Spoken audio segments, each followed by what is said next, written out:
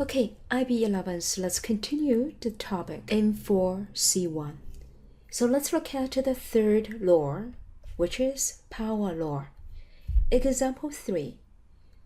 Log base 2 to the power of 3.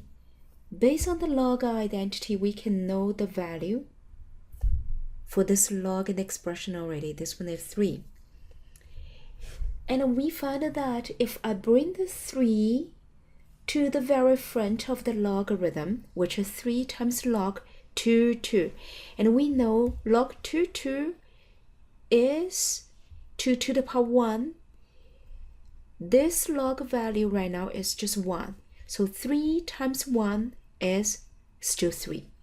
So my conclusion here for this case is log 2 cubed is 3 times log 2.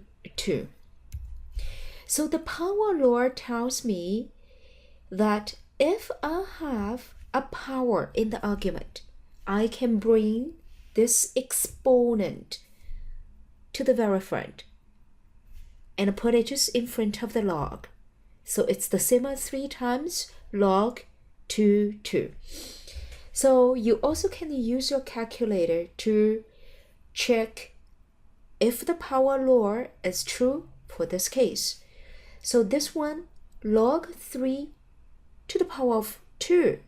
Okay, we know 3 squared is just 9. If you use your calculator, you will find that your log 9 is 0.954242509. If I bring this 2 exponent to the very front of the log, so it's 2 times log 3. If you use your calculator, you will find that this product is still 0.95424 something.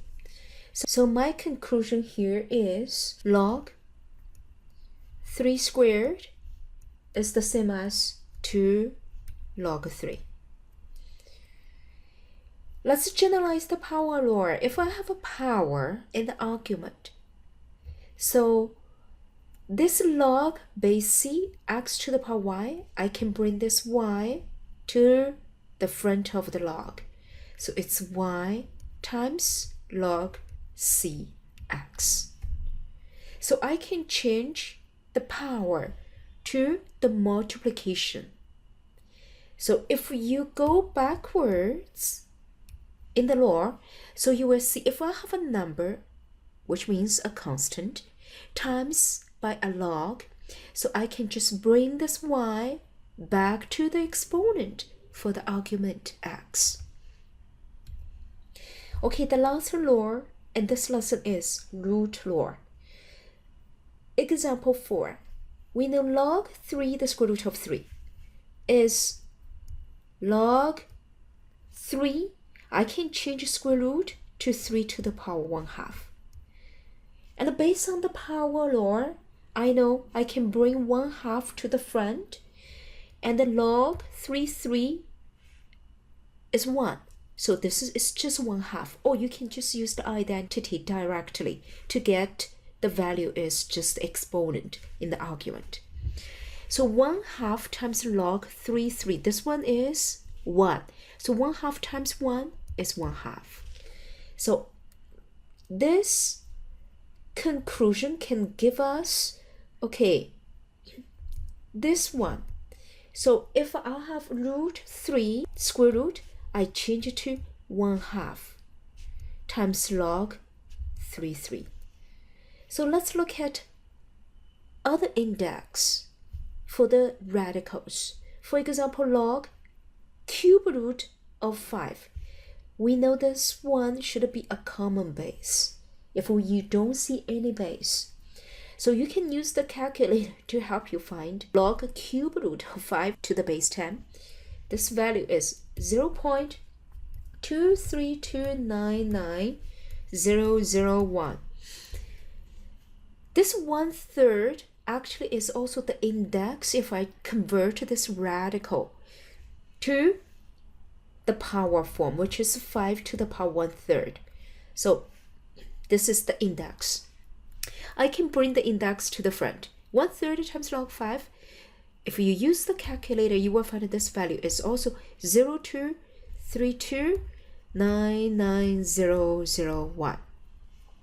So even for the cube root, I can bring this index to the front of the log. So it's 1/3 log 5. So let's generalize the root law. If I have log base c and the argument is the yth root of x, this yth root of x is x to the power of 1 over y. So it equals 1 over y times log cx. So from this conclusion, we also can realize the root law is a special case of the power law. So let's practice for the power law and the root law.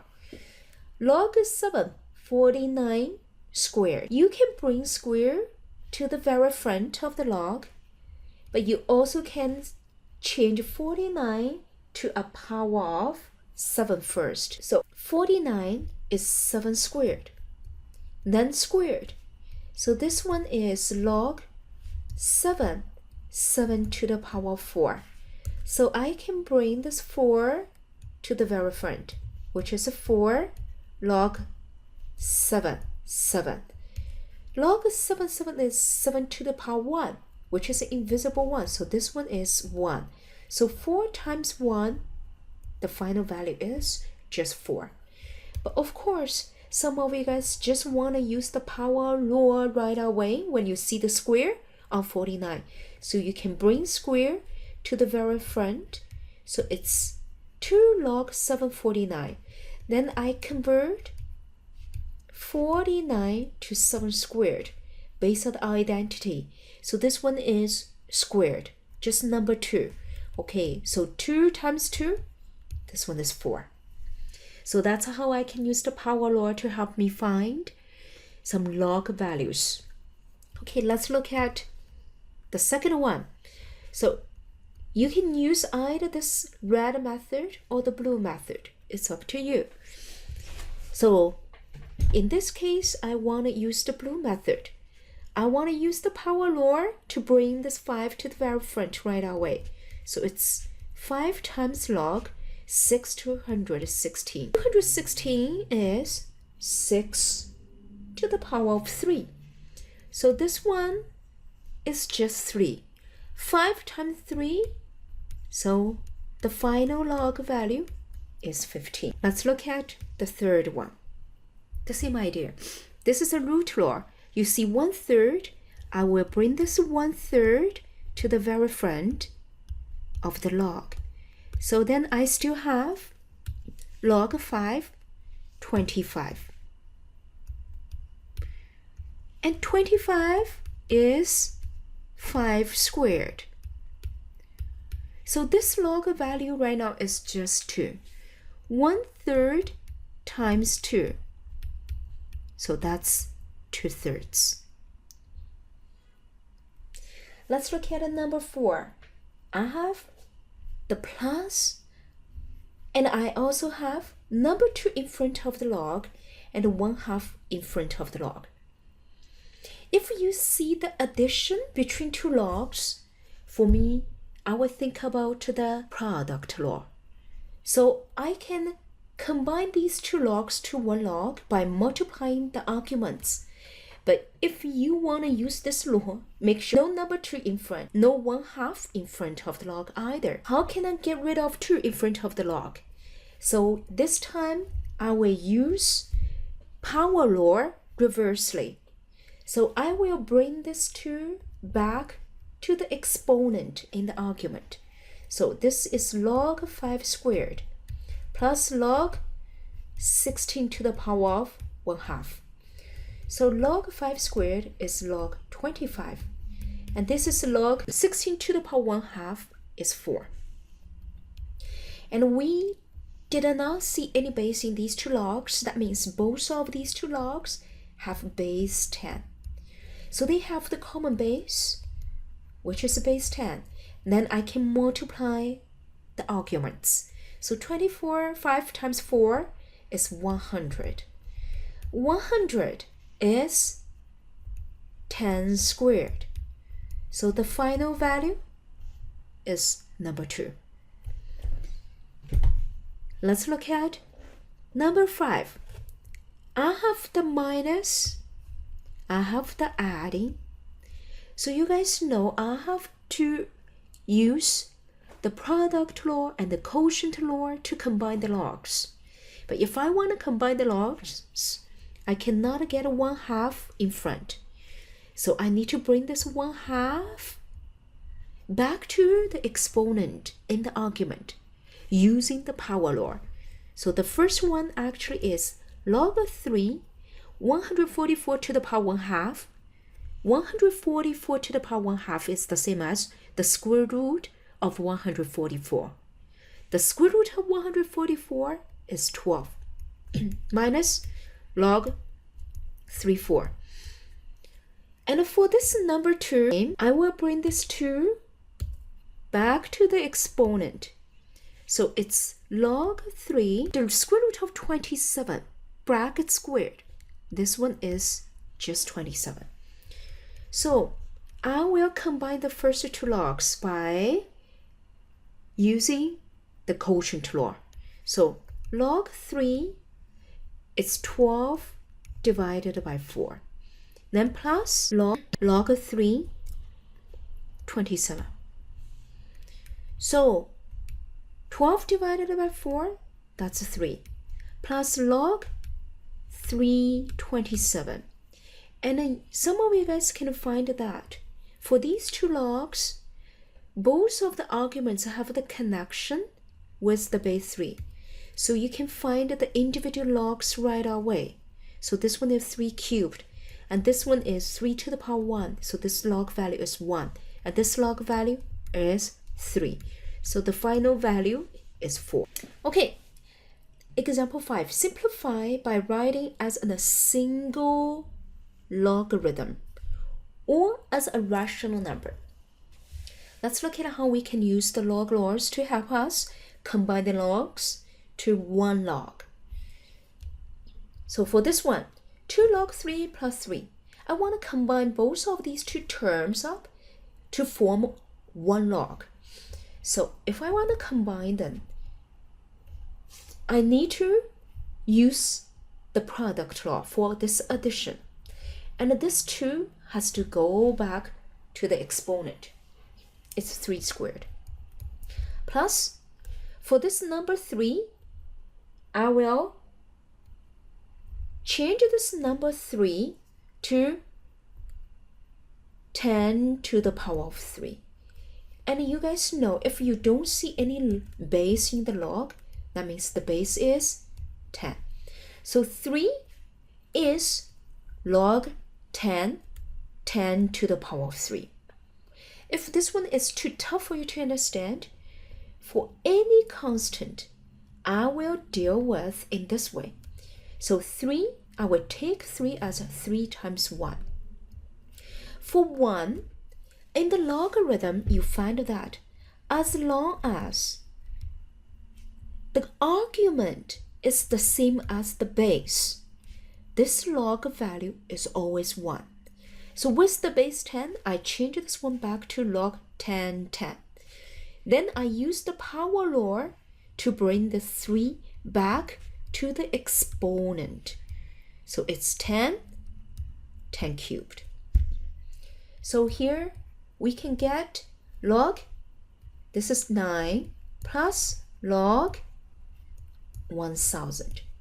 For a base 10 log, we know we can ignore the base because they are common base.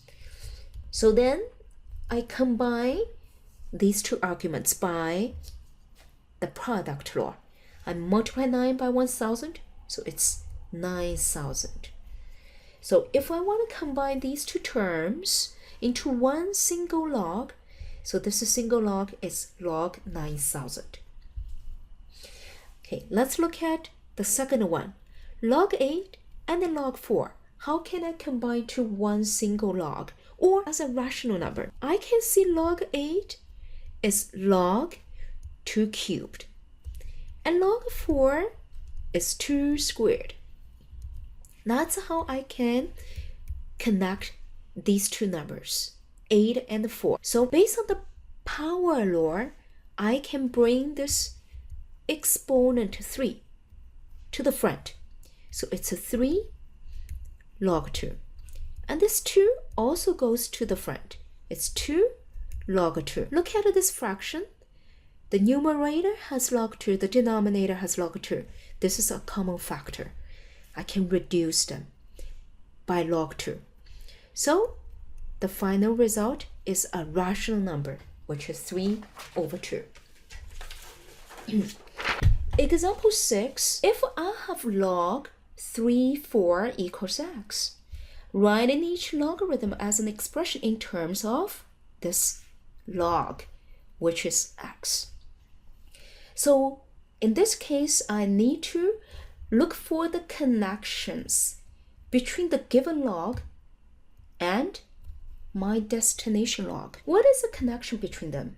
I find log 3, 2 can be represented as log 3, the square root of 4. The square root of 4 is number 2. Square root of 4 is the same as 4 to the power of 1/2. Based on the power law, I can bring this 1/2 to the front. So it's 1/2 log 3, 4. And log 3, 4 is given as x. So I replace this one with x. So log 3, 2 is 1/2 x. The same idea for question number 2. And question number 2 is even easier. I find in this radical expression give me 4 to the power of 7 over 5. And I can bring this 7 over 5 to the front of the log. So it's 7 over 5 log 3, 4. Log 3, 4 is x. Example 7. If log b2 is x, log b3 is y, write each logarithm as an expression in terms of x and y. So those questions are the practice questions for all different types of the log laws. And example 7 and example 6, both of these two examples are very challenging. I really hope that you guys can maybe practice a little bit more in homework. So log b2, log b3, but here this is log b6. So my goal is to make a connection between these two given logs and my destination log. I can see log b6. This 6 is 2 times 3. It's the product of 2 and 3. Then I can use the product law and split these two logs. So log b2 times 3 is the same as log b2 plus log b3. And then log b2 is replaced by x. And this one is y. Okay, the same idea for the second log. Log b 1.5. What is the connection between all those arguments? I find log b 1.5. 1.5 comes from 3 over 2. So in this case, I will find that this is actually a quotient law. So this one is log b3 minus log b2. Log b3 is y. Log b2 is x. It's y minus x. Log b12. Are you able to find the relationship between 12 and these two arguments, 2 and 3? We can find log b, this 12 is 2 times 2 times 3. So in this case, then I can use the product law to split the logs in adding. Log b2 is x. Another x plus y. Combine the like terms, 2x plus y. So that's log b12 using the given logs. How about the last one? So the last one is log b square root of 18. Square root of 18 is 18 to the power 1/2. If we use the power law, this 1/2 can goes to the front. So it's log b18. And the coefficient is 1/2. And for log b18, we found that there is a connection between log b18 and log b2 and log b3. So log b18 is 2 times 3 times 3. Then I use the product law to split the multiplications in the argument. So it's log b2 plus log b3 plus another log b3. So this one is 1/2 brackets x plus log b3 is 1y, log b3 is another 1y. So anyway, I have 2 y's in total. So this answer is 1/2 brackets x plus 2y.